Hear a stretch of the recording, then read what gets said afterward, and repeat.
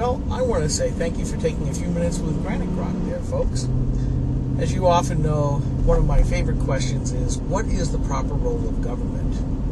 And it's always assumed that I'm talking about a specific level of government. But here, I think in the case I want to show you today, it's a case of, is it just the local city government or town government, or in my case here in central New Hampshire, my hamlet, versus the federal government?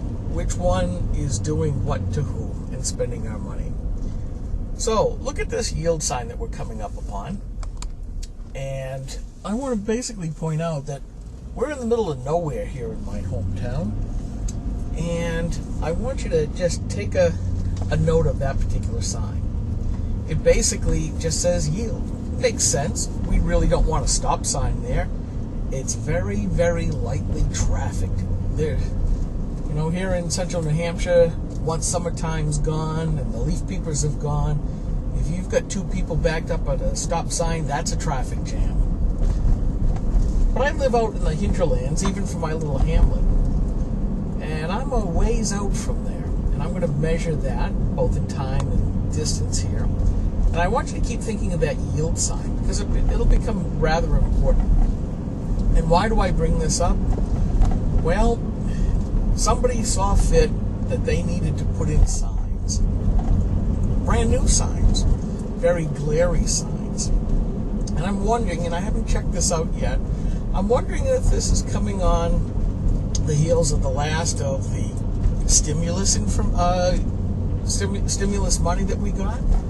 Or was it from that fool bureaucrat down in D.C. who decided that everywhere in the United States all street signs had to be changed out because the font was wrong and it wasn't reflective enough, that old people and at nighttime just couldn't read the signs, so they had to redo them? And in New York City, that was going to be quite a bit of money. Now, we're on the way back to close to where I live, and we have this thing I lovingly call the ravine, and it's pretty steep. I'll tell you, in the wintertime, it can get icy, snowy, and it can actually be a real danger to go down and up because it is twisty and it gets icy. And at the very bottom, as we almost are there now, there's a brook, and cars have gone in there and have been getting quite the dunking.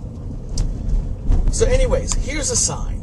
Now we're halfway through this ravine. We finally come upon the first curvy sign. Say, warning, warning. All you people who have been living out here for 15, 20 years, or in our case, almost 30, you've got a twisty road in front. You ought to go only 20 miles an hour. As if we haven't realized this already. We get very few guests out here, very few visitors out here, except during motorcycle weekend. And we do get the motorcyclists out here that have no idea where they are. And a lot of times they really don't care. So that's a new sign. Here's a new sign as well. This got a turn left sign. Brand new, last couple of weeks. There's one there, and there's one here. And I want to kind of stop here because as the camera points to it out of the side window, it's a double sign. Yeah, they figured they needed to put up this stuff coming and going. And we've got another one right here on our right-hand side. Brand new. Once again, I keep thinking to myself, we've all been doing this for decades. Does the government really think that we're so dumb that now they've got to put signs? Highly reflective signs, by the way. Out here, we don't have street lights. And when you're coming down a dark country road, you generally have high beams. And those things are so glaring. It's almost like you have to avert your eyes off for an oncoming car. And I can say that probably with the older folks, real older folks, not just me, it's very glaring to the point of it's a road hazard, not a road help.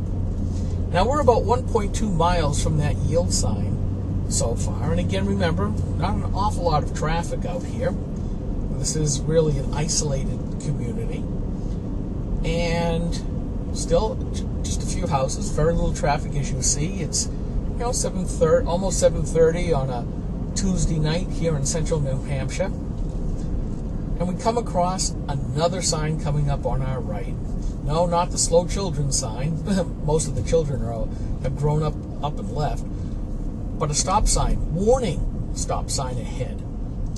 And this one's quite glary as well. I'll slow down a little bit so we can make sure we get that sign. So we've got to look for that stop sign. Now, we come up to the end of this particular road, and it does end in a T. The name of the road goes to the left. My road goes to the right. There's only one problem.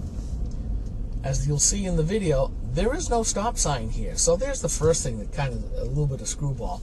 Although I will tell you, it's been kind of amusing. Not before this house was built and that fence was put up, we used to get people who would not stop and just keep right on going to that field. Now here's the sign I really wanted to point out. And if we get it through the side window there, it says no outlet. Now we're 1.6 miles out from that yield sign. And now let me show you what it really means. I mean, it's a truthful sign. It really does mean what it says it means, that there's no outlet down here. But again, we kind of knew that. Now I'm going to go around this way, and when I do the post, I'll actually put up a map that will show exactly what I'm talking about and all of its blunt glory.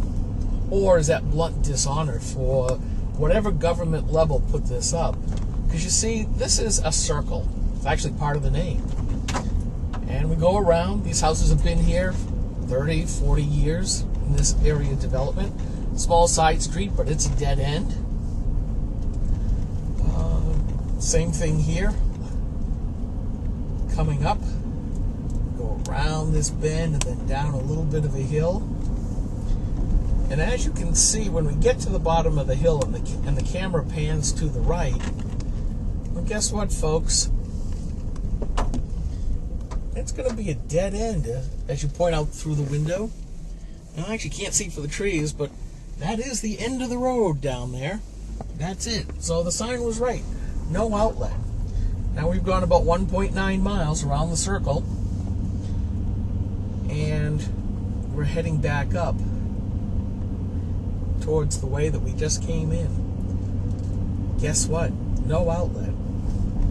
So we're at about 2 miles now,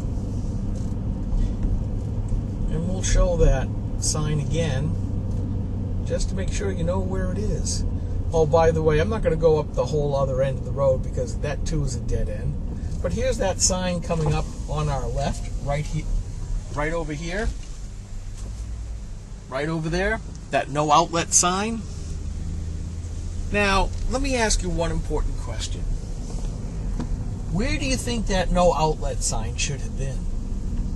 And that concludes our little trip today, showing that sometimes government doesn't even know where it should be going.